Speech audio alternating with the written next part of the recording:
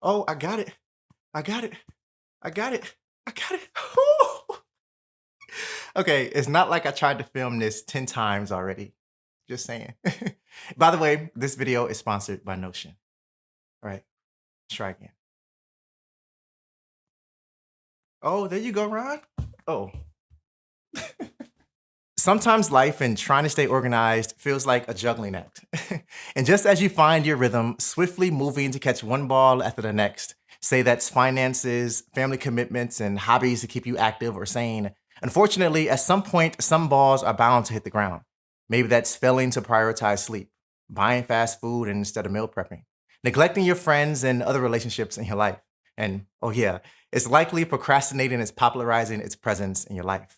So instead of throwing life's tasks in the air, hoping you'll somehow catch them all, I like to help you take a different approach. So in this conversation, we'll cover 10 principles to help you flat out organize your life and keep it that way. And the first one on the list is to plan ahead. Life is very unpredictable, and it is filled with twists and turns that we don't always see coming. But I've learned that a little planning always goes a long way. A task manager and a calendar are really the only tools you need to do this effectively. For me, I have all of my major events and meetings scheduled on my Google Calendar.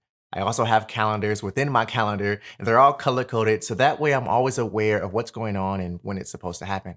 Additionally, I have a daily to do list that I've built custom to my needs using Notion. Now, a to do list doesn't have to be complicated by any means, but this system allows me to quickly add new tasks to my to do list whenever they come to mind. And then I can filter them by due date and priority. So that way, every morning, I'm not overwhelmed by a long list of to dos. I can see exactly what I have planned to do for today, tomorrow, next week, or next month, depending on what my goals are or specific projects I'm trying to complete. Now, before I get too far into the weeds on this, let me quickly explain what Notion is if you're not familiar. Notion is an all-in-one workspace for both teams and individuals that truly gives you the freedom to build a workspace that helps you focus on what matters to you.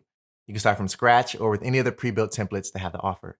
You can access your Notion workspace on both the desktop and mobile app, which is available on iOS, Mac, Android, and Windows, by the way, or you can access it directly on the web by signing into your account. And that's not even the best part. It's 100% free for personal use. Not a free trial, it's free. If you choose to upgrade, you'll unlock some additional features that are amazing for both individuals and team environments, such as collaborative workspaces and advanced permissions, especially if you're looking to share your workspace with team members you work with or family. There's also some pretty cool perks if you're a student. You can check out those details in comparison right here on the screen. So if Notion looks interesting to you and you want to try it out, then you can sign up using the link in the description below. All right, number 2 is to develop habits and build a routine. Our habits shape our lives more than we realize, and our routines determine our actions without conscious thought. So my tip for you to help you organize your life and keep it that way would be to take a step back and observe the habits you have in your life. What's working, what needs to go, and what new habits can you build to help you reach your goals? See, good habits set us up for success. They make us feel good. Bad habits rob us of our time, money, health, and happiness. Now, building good habits isn't easy. So it's important that you have strong reasons behind why you want to develop certain habits. That way, you're more likely to consume your life with good habits instead of bad ones.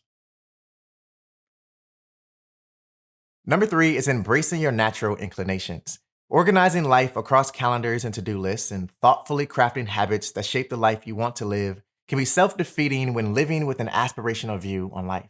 A very common example of this is the night owl versus the early riser. See, most people perceive the early riser as being better than the night owl. So we aspire to wake up at 5 a.m. every morning because we think it's what we're supposed to do. But I want to challenge you to instead embrace your natural inclinations. If you're a night owl who does their best work at 12 a.m., or if you're someone who loves to wake up before the sun rises, then embrace that and be realistic about yourself. The best thing you could do is opt for habits that fit within your natural inclinations. It's the only way you'll truly feel organized and in control of your life. Number 4 is to declutter and simplify. As someone who practices minimalism and believes in the minimalist lifestyle, it wouldn't be right if I didn't mention this as a key principle to flat out organize your life. So always be on the lookout for opportunities to simplify your life physically, digitally, mentally, and emotionally. And across this channel, I have a ton of content to help you do exactly that. The best place to start would be my New to Minimalism Start Here playlist. This is packed full of tips to help you, regardless if you're new to minimalism or not. I'll leave a link to that playlist down below, as well as my Clutter to Clarity quick guide, where I give you the 6 decisions you must make to start regaining control of your life and money. Number 5 is measuring your progress. Whether your goals are big or small, short term or long term, there are a ton of benefits to measuring your progress. Not only will this give you the power of knowing what's working and what's not working to help you accomplish your goals, but it will also help you allocate your time and energy to the activities that are actually helping you rather than hurting you. The way I do this personally depends on the goal or project I'm currently working on. But in most cases, I try to attach some sort of metric to my goal. Tracking your progress with numbers is always easiest, but not every goal of mine works this way. So I also do a lot of journaling and self-reflecting. This allows me to judge my efforts and then make an educated guess on how much progress I think I'm making. There's also a really interesting way that you can do this in Notion with progress bars. It requires you to create a formula similar to how you would in a traditional spreadsheet system. But essentially, every time you complete a task, you can mark your progress as a number out of 100, for example. And that will reflect as a percentage along your progress bar towards completing your project. Number 6 is consistent progress over perfection. Having an all or nothing, things have to be perfect attitude can be a very dangerous road to travel down.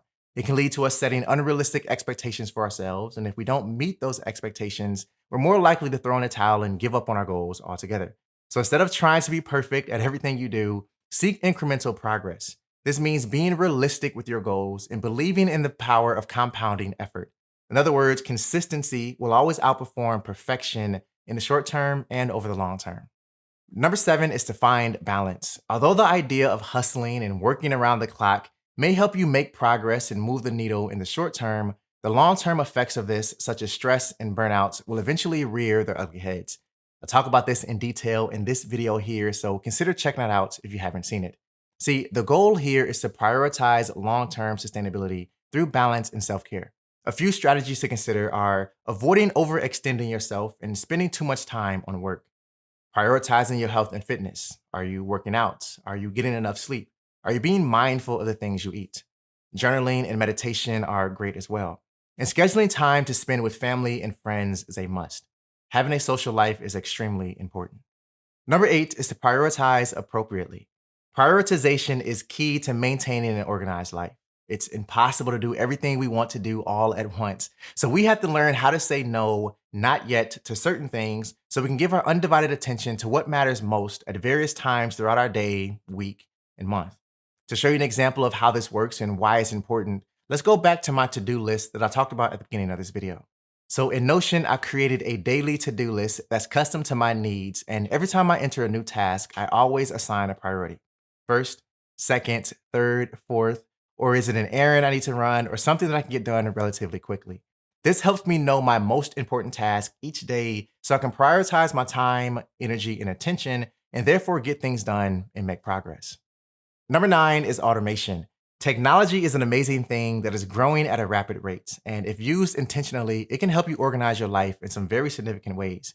If you own a business, you can automate your emails, the way in which people schedule appointments with you, proposals you send out to potential clients, posting on social media, and so on. And in your personal life, you can automate your finances, paying bills, saving every month, and investing every month. See, automation is a great way to ensure the important things are still getting done without you having to manually do it yourself.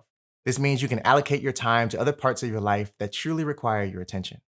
Number 10 is to try new things. The processes and routines we follow in our life to help us stay organized will eventually run their course and become stale. Maybe that process is outdated now, or we've outgrown a particular habit or routine that once served us well. And that's okay. It just means we have to give ourselves permission to be a bit spontaneous, to experiment and try new things. Because only through trying many different things will we find that one thing that will help us stay organized in this stage in our life. I hope you found this video helpful, and if you did, comment below and let me know which principle resonated the most with you.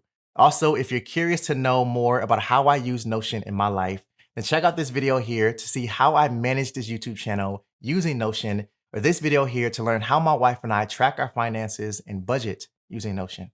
Keep growing, keep learning, and always stay true to you. I'll see you in the next one. Peace.